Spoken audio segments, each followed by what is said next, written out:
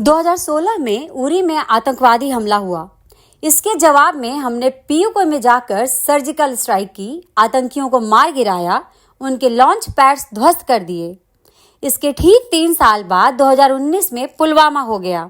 इसका बदला हमने पाकिस्तान में घुस कर लिया। बालाकोट में वायुसेना ने एयर स्ट्राइक की और करीब 300 आतंकियों को मार गिराया। और अब करीब 6 साल बाद यानी 22 अप्रैल 2025 को पहलगाम हो गया। सवाल है कि क्या भारत सरकार आतंकियों को मारने के लिए फिर कोई अभियान या कोवर्ट ऑपरेशन करेगी? आतंकी जहां भी हों, बॉर्डर के इस पार हों या पीयूके में या कहीं और, इन्हें खत्म करने में कोई हर्ज नहीं है। लेकिन क्या इन्हें मारकर इस समस्या से छुटकारा पाया जा सकता है? तो इसका जवाब है नहीं।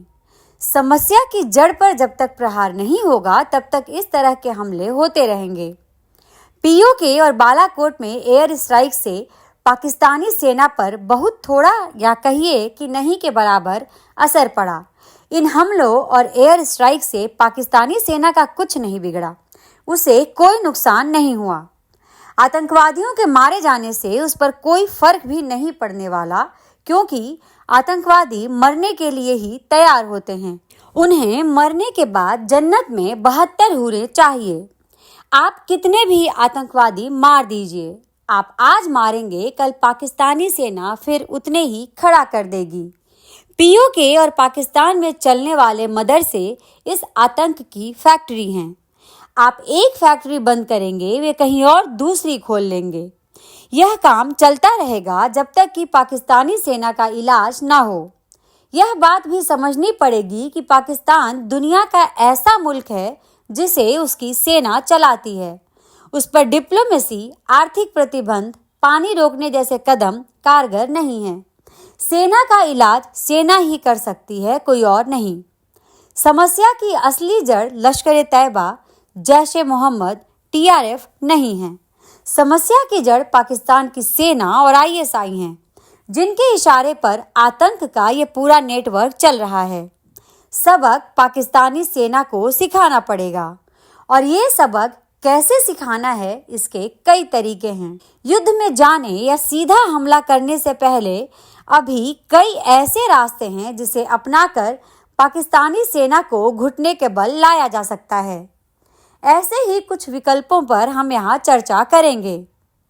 सबसे पहले तो नियंत्रण रेखा यानी LOC पर गर्माहट बढ़ा देनी चाहिए, क्योंकि पाकिस्तान शिमला समझौते से पीछे हट गया है। शिमला समझौते से पीछे हटने मात्र से ही LOC का वजूद नहीं रह जाता। ऐसे में यहाँ आर्टिलरी यानी तोपखाने का मुंह खोल देना चाहिए। यहाँ 2021 से सीज फायर लागू है, लेकिन अब इसे तोड़ना ही सही होगा। यहाँ भारत की तरफ से इतनी गोलीबारी हो कि पाकिस्तान को अपनी उत्तरी सीमा यानी डुरंड लाइन के पास से सेना हटाकर LOC की तरफ लानी पड़े। अफगानिस्तान पर पाकिस्तानी सैनिकों की कमी होने पर पाकिस्तान, तहरीक-ए-तालिबान, अफगानिस्तान तालिबान और बलोच लिबरेशन वाले इस पर धावा बोलेंगे। इधर LOC पर भारतीय सेना इनका इलाज करेगी, यानी दोनों तरफ से इनकी कुटाई होगी। दूसरा, भारत को अंतर्राष्ट्रीय बॉर्डर यानी राजस्थान और पंजाब की तरफ सेना की मूवमेंट धीरे धीरे आगे पीछे करते रहना चाहिए। यह मूवमेंट बस होनी चाहिए, कहीं पड़ाव नहीं होना चाहिए। बस लगे कि सेना आ रही है, लेकिन किधर आ रही है या आएगी, इस पर सस्पेंस बना रहे।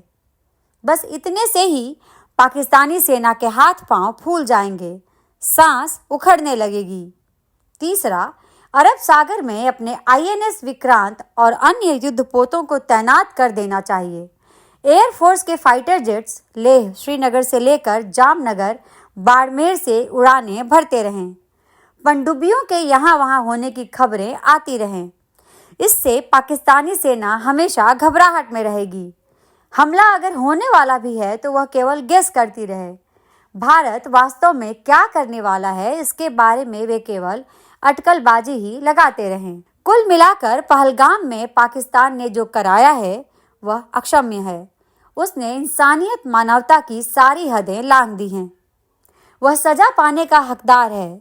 PM मोदी भी आतंक के आकाओं को अकल्पनीय सजा देने की बात कह चुके हैं। आतंकी जमीन मिट्टी में मिलाई जाएगी।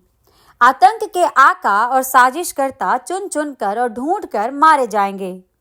इस बार भारत ने पाकिस्तानी सेना को सबक सिखाने के लिए पूरी तरह से मन बना लिया है। किसी तरह की आक्रामक कार्रवाई करने के लिए भारत के लिए यह अनुकूल समय है। अमेरिका, रूस, फ्रांस, ब्रिटेन, इजराइल, इटली सहित सभी बड़े देश इस समय भारत के साथ हैं।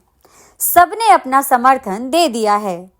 चीन रास्ते में नहीं आने वाला, क्योंकि वह खुद ट्रंप के टैरिफ की वजह से अलग झंझावातों में उलझा पड़ा है। वह अपनी अर्थव्यवस्था बचाने में जुटा हुआ है। ऐसे में पाकिस्तानी सेना पर एक प्रचंड प्रहार करने का यह सुनहरा अवसर है। भारत को इसे खोना नहीं चाहिए, क्योंकि संस्कृत में कहावत है कि शठे शाठ्यम समाचरेत, यानी लातों के भूत बातों से नहीं मानते। उनका इलाज उसी भाषा में करना पड़ता है जिस भाषा में वह समझते हैं। हमारी इस वीडियो को लाइक, शेयर और चैनल को सब्सक्राइब जरूर करें। धन्यवाद।